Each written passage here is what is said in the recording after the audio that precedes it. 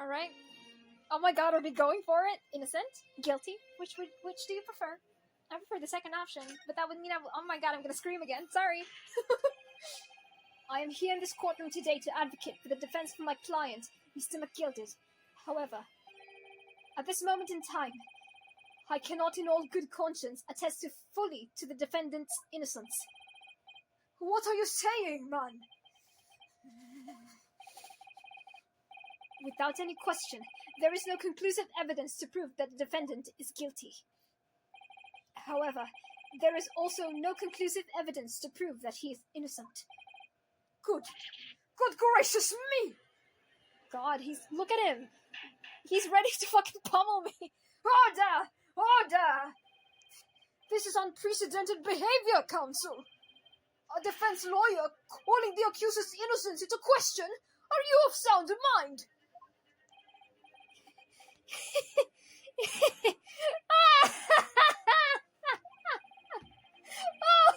It was a grand decision to appoint you as my lawyer, so it was a grand decision. What? I must say, I didn't expect quite such an exciting spectacle at the end there. But still, here, have this for your troubles. Hit me in the eye again. Your job here is done, feller. And some fine work you've done, so you have. What do you mean? 'Tis just the right honourable gentleman, so succinctly put it before. The trial can't go on anymore. In your closing statement, there was, how did he put it now? Nothing more than a formality.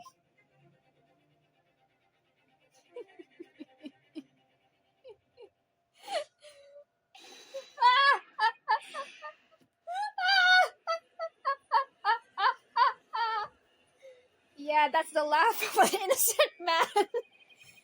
I really don't know what to make of all this. Was the evidence we've seen genuine, or was it fake? His lordship would be fuming. Any unsightly rubbish should have been disposed of promptly, as I said. Juror number 4, no comment. The stinking rich are always guilty of something. You, mark my words. I feel terribly ashamed that I ever doubted that lovely man who gave us the lovely cock. Ma'am, you're being deceived. Now the proceedings have unfolded this way, I am compelled to declare a premature end to this trial. Furthermore, the court must accept the defendant's plea.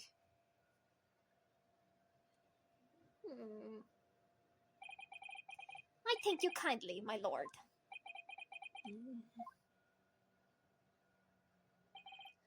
I hereby pronounce the verdict of this court. Objection! But we still haven't determined if the bloodstain in the omnibus was genuine or not. We don't know if these witnesses are telling the truth or a pack of lies. We have no idea about the truth. Lord Van Zieks, my lord.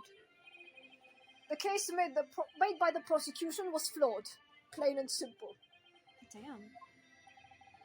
If indeed the omnibus presented as evidence was tampered with, the prosecution is at fault for allowing such a disgraceful perversion of justice to take place. Wow, what the fuck? My sincerest apologies, my lord. But wait! When we were evacuated from the courtroom, Lord Van Zieks ordered the evidence to be secured. I'm afraid the prosecution cannot shun responsibility in this matter.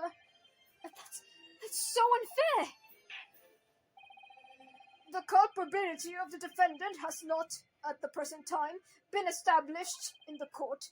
Consequently, the jury will not be required to proffer judgment. What? Well, Lord Van Zieks, it's been a pleasure, so it has. And as for you, my dear fellow, I couldn't have asked for a better defense. Do you mean to tell me this has all been a grand waste of time? 'Tis the law of the land, my good man. If you'd like to pursue this matter further, we can always go ahead and try to change the law. Magnus McGilded. Oh, good grief! You have more to say to me, have you? Just one thing. A warning. That this is far from over. Well, something to be looking forward to then. Yeah, again, the laugh of a innocent man. I hereby pronounce the defendant, Magnus McGilded, not guilty. And confetti. And fireworks inside the courtroom. Great. Inside the courtroom where we throw balls of fire. Okay. No comment. I can't believe it. This is an outrage. They should have examined the evidence more. What are you talking about? The man's been cleared. He's innocent. Topical, isn't it? Always topical. With the courtroom in pandemonium for the second time of the day, the judge delivered his verdict, and my first ever trial in Great Britain came to an abrupt end, with the defendant being found not guilty, ostensibly a victory for us.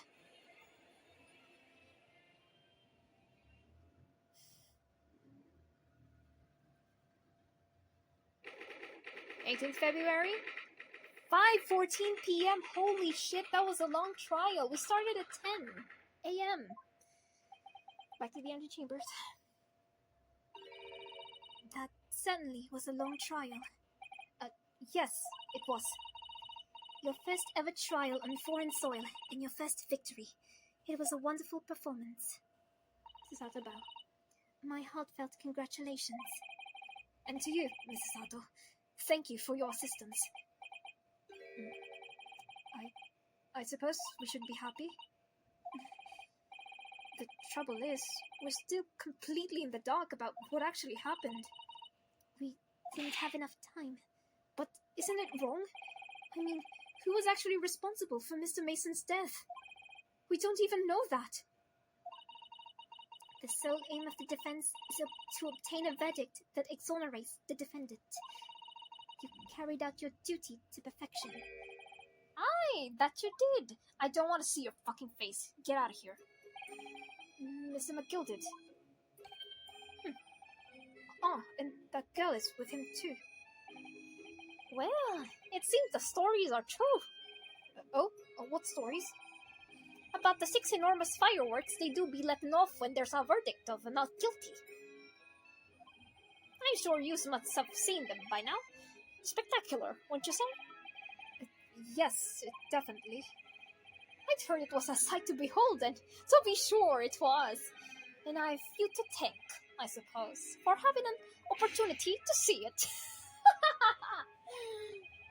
Oh, I don't know about that. I'm not sure I really did anything. What on earth are you saying, feller? How did I walk out there a free man, then? I don't think it was so much thanks to me as down to your planning. You're a straight-talking feller, aren't you? I must say, you had me astray in the head there once or twice. But you're young and headstrong. 'Tis water under the bridge. Congratulations, Mr. McGilded, on having your name cleared. But nothing's resolved. There's only one thing that matters to me. Aye. They've all seen that I didn't do the odious and absolute deed. 'Tis grand, is it not? I suppose it is. Now the fine fellers at Scotland Yard can take matters in hand and sort out any wee details. They've seen it for what it is. They'll get to the truth. I've absolute faith in them, so I have. After all, I do be providing a good number of their wages with all the taxes I pay. Well, it's not that funny. So then, as we agreed aforehand, 1,000 guineas for your troubles, feller. No, I couldn't possibly accept that much. Arrah, be whist! You're a humble people, are ya, from the east? Well, if you insist. But have this, still all in all, you deserve a reward. Mr. Magnus McGilded, everything is ready, sir. If you'd like to follow me into the courtroom. Into the courtroom? What's this, officer? 'Tis sooner than I was led to believe. I hope it's not inconvenient, sir. There were some changes to the schedule. Sorry. Well, I must be making tracks now. 'Tis time for the inspection. Sorry? What inspection? They're going to examine the omnibus again, so I'm told. I asked if I could be present for it myself. They're going to examine it again? Now. Naturally, I'm under no obligation to take part in any more of this matter now, but as an upstanding member of London society, I do be doing my best to help where I can. 'Tis a gentleman's duty, so it is. So then, fare thee well. 'Twas an absolute pleasure meeting you. I hope you have a whale of a time while you're here studying in Great Britain. Fuck off. Forever. And there he goes, a free man. Oh, Gina's still here. Oh, I forgot she was here too. Gina, you don't have... No, can you... No, it's taking too long, Gina. Don't move. Whereas I want to say, get a move on, she really does take forever to load that thing. Mr. Strahd, would you mind putting that thing down? You're a grown-up. Sorry? And I hate all grown-ups.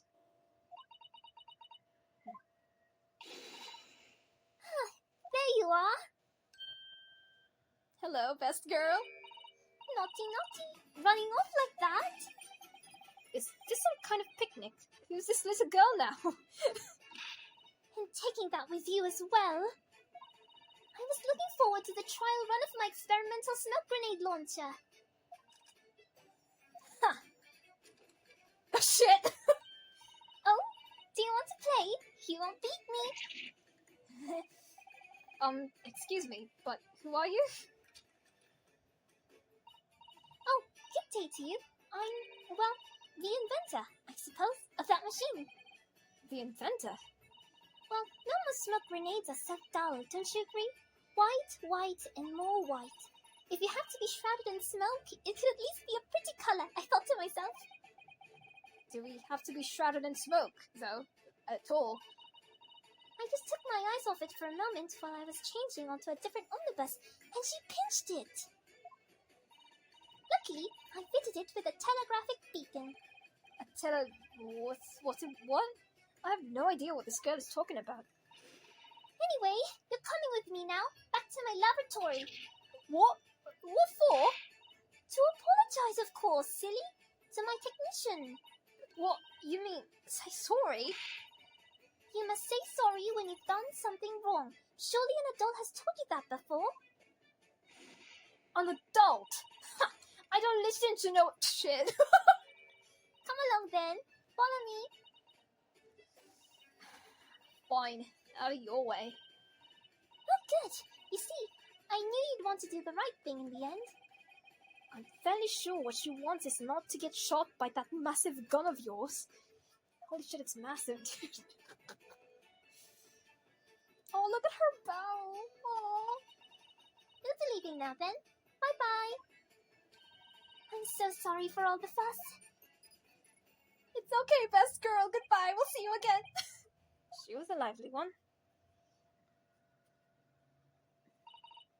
Well, do you think perhaps we ought to be on our way now too? Yes, you're right, but where to? Oh, we haven't had the time to find a place to stay. No sooner had we arrived in London than we had to rush here.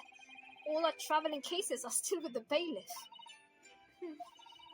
I was originally planning to spend today in search of lodgings. But at this late hour in the day, I'm afraid we may be out of luck. Don't worry though. I have a plan. If worst comes to worst, I've heard of a lovely park where we could spend the night now! Please tell me you're not thinking of McGilded Park. I know it might be a little chilly at this time of year, but our youthfulness will see us through. No, Salva. I'm not sure about that.